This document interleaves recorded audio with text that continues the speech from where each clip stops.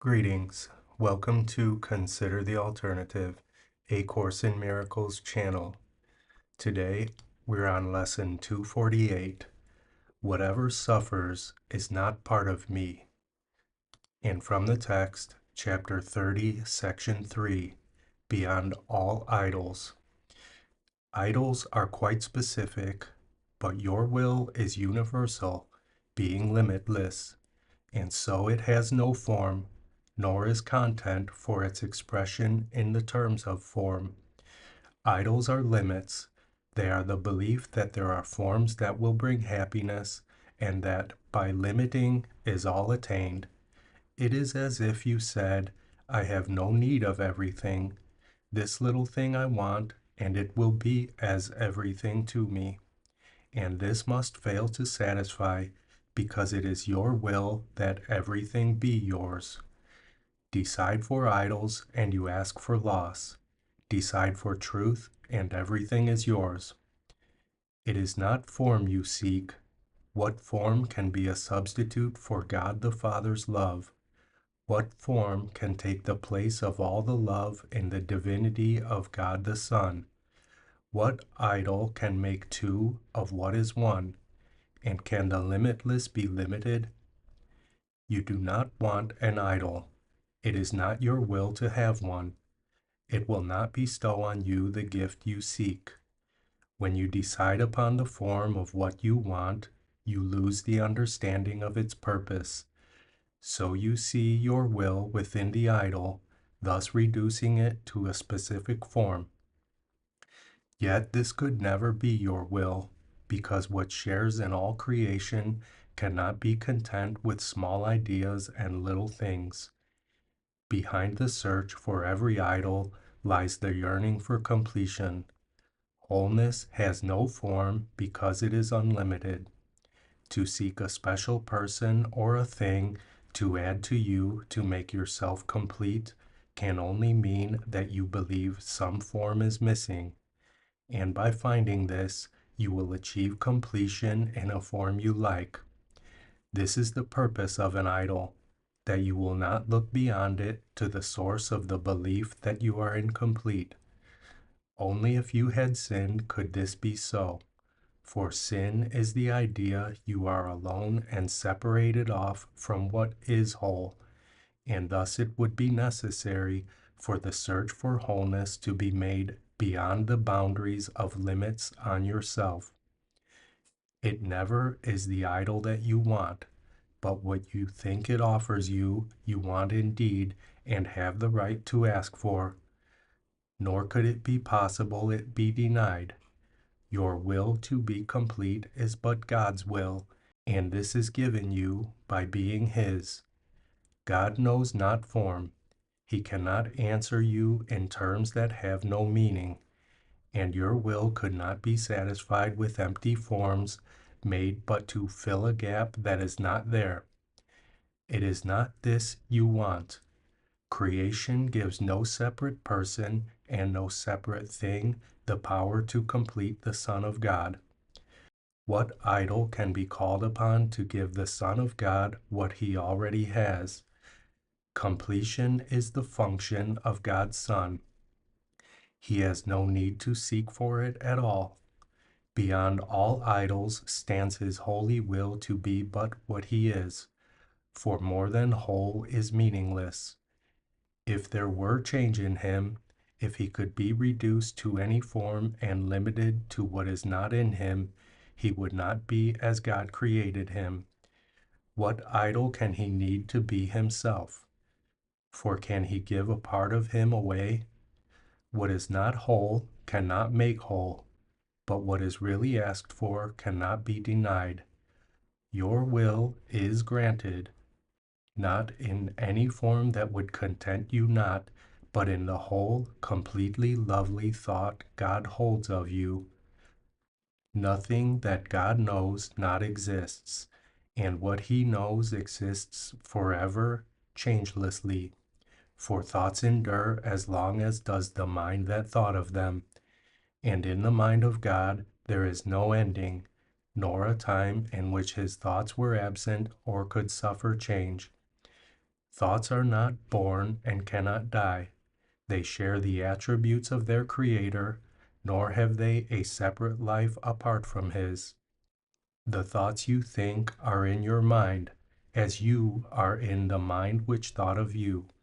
And so there are no separate parts in what exists within God's mind.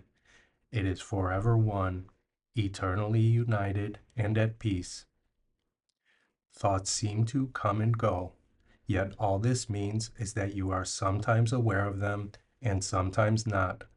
An unremembered thought is born again to you when it returns to your awareness, yet it did not die when you forgot it. It was always there, but you were unaware of it. The thought God holds of you is perfectly unchanged by your forgetting. It will always be exactly as it was before the time when you forgot, and will be just the same when you remember. And it is the same within the interval when you forgot. The thoughts of God are far beyond all change and shine forever. They await not birth, they wait for welcome and remembering. The thought God holds of you is like a star, unchangeable in an eternal sky. So high in heaven is it set that those outside of heaven know not it is there. Yet still and white and lovely will it shine through all eternity. There was no time it was not there, no instant when its light grew dimmer or less perfect ever was. Who knows the Father knows this light, for he is the eternal sky that holds it safe, forever lifted up and anchored sure. Its perfect purity does not depend on whether it is seen on earth or not. The sky embraces it and softly holds it in its perfect place, which is as far from earth as earth from heaven. It is not the distance nor the time that keeps this star invisible to earth, but those who seek for idols cannot know the star is there. Beyond all idols is the thought God holds of you, completely unaffected by the turmoil and the terror of the world, the dreams of birth and death that here are dreamed, the myriad of forms that fear can take. Quite undisturbed, the thought God holds of you remains exactly as it always was, surrounded by a stillness so complete no sound of battle comes remotely near. It rests in certainty and perfect peace. Here is your one reality kept safe, completely unaware of all the world that worships idols and that knows not God. In perfect sureness of its changelessness and of its rest and its eternal home, the thought God holds of you has never left the mind of its Creator, whom it knows, as its Creator knows that it is there. Where could the thought God holds of you exist but where you are? Is your reality a thing apart from you and in a world which your reality knows nothing of? Outside you there is no eternal sky, no changeless star, and no reality. The mind of heaven's Son in heaven is, for there the mind of Father and of Son joined in creation, which can have no end. You have not two realities, but one, nor can you be aware of more than one. An idol, or the thought God holds of you, is your reality. Forget not, then, that idols must keep hidden what you are, not from the mind of God, but from your own. The star shines still, the sky has never changed, but you, the Holy Son of God Himself, are unaware of your reality. Chapter 30, Section 3, Beyond All Idols. Chapter 30, Section 4, The Truth Behind Illusions. You will attack what does not satisfy, and thus you will not see you made it up. You always fight illusions, for the truth behind them is so lovely and so still in loving gentleness, Were you aware of it, you would forget defensiveness entirely and rush to its embrace. The truth could never be attacked, and this you knew when you made idols. They were made that this might be forgotten. You attack but false ideas and never truthful ones. All idols are the false ideas you made to fill the gap you think arose between yourself and what is true, and you attack them for the things you think they represent. What lies beyond them cannot be attacked. The wearying, dissatisfying gods you made are blown up children's toys. A child is frightened when a wooden head springs up as a closed box is opened suddenly, or when a soft and silent woolly bear begins to squeak as he takes hold of it. The rules he made for boxes and for bears have failed him and have broken his control of what surrounds him. And he is afraid because he thought the rules protected him. Now must he learn the boxes and the bears did not deceive him, broke no rules, nor mean his world is made chaotic and unsafe. He was mistaken. He misunderstood what made him safe and thought that it had left. The gap that is not there is filled with toys in countless forms, and each one seems to break the rules you set for it. It never was the thing you thought. It must appear to break your rules for safety, since the rules were wrong. But you are not endangered. You can laugh at popping heads and squeaking toys, as does the child who learns they are no threat to him. Yet while he likes to play with them, he still perceives them as obeying rules he made for his enjoyment. So there still are rules that they can seem to break and frighten him. Yet is he at the mercy of his toys, and can they represent a threat to him? Reality observes the laws of God and not the rules you set. It is his laws that guarantee your safety. All illusions that you believe about yourself obey no laws. They seem to dance a little while according to the rules you set for them, but then they fall and cannot rise again. They are but toys, my child, so do not grieve for them. Their dancing never brought you joy, but neither were they things to frighten you, nor make you safe if they obeyed your rules. They must be neither cherished nor attacked, but merely looked upon as children's toys without a single meaning of their own. See one in them, and you will see them all. See none in them, and they will not touch you. Appearances deceive because they are appearances and not reality. Dwell not on them in any form.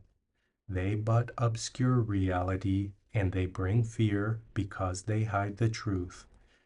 Do not attack what you have made to let you be deceived, for thus you prove that you have been deceived. Attack has no power to make illusions real, yet what it makes is nothing.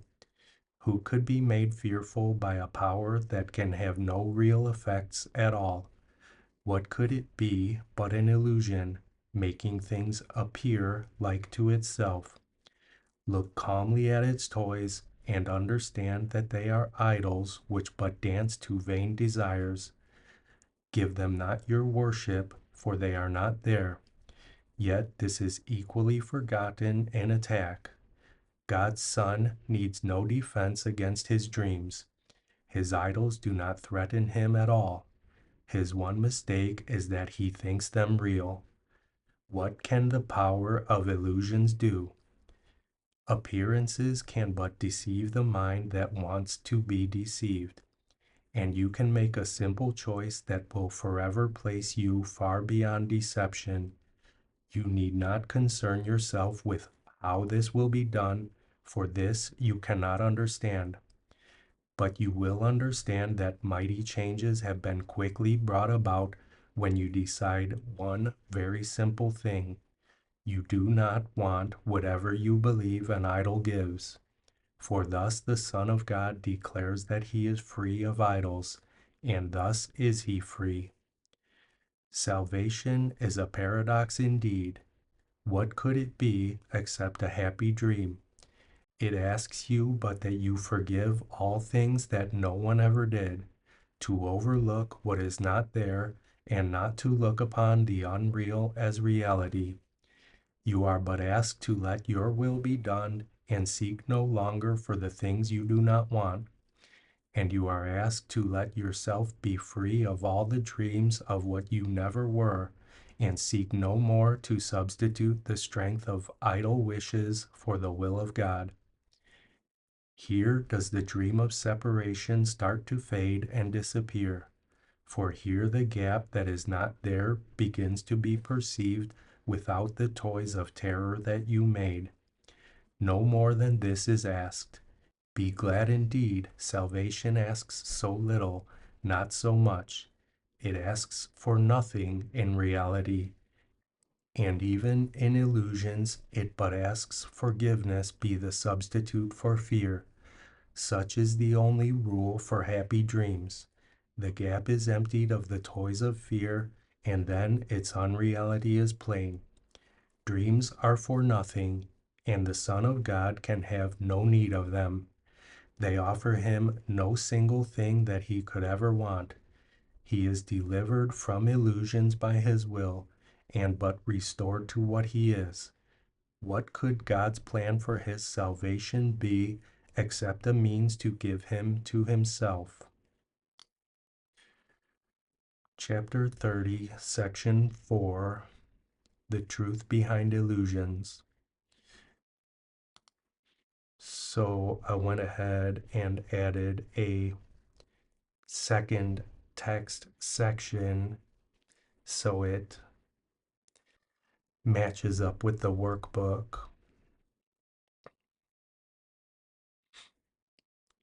Lesson 248. Whatever suffers is not part of me.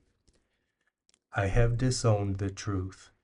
Now let me be as faithful in disowning falsity. Whatever suffers is not part of me. What grieves is not myself. What is in pain is but illusion in my mind. What dies was never living in reality and did but mock the truth about myself. Now I disown self-concepts and deceits and lies about the Holy Son of God. Now am I ready to accept him back as God created him and as he is. Father, my ancient love for you returns and lets me love your Son again as well. Father, I am as you created me. Now is your love remembered and my own. Now do I understand that they are one.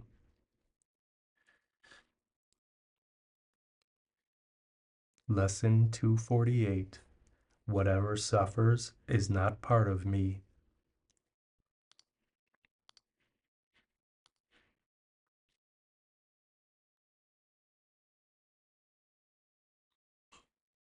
I love you. I'll see you tomorrow.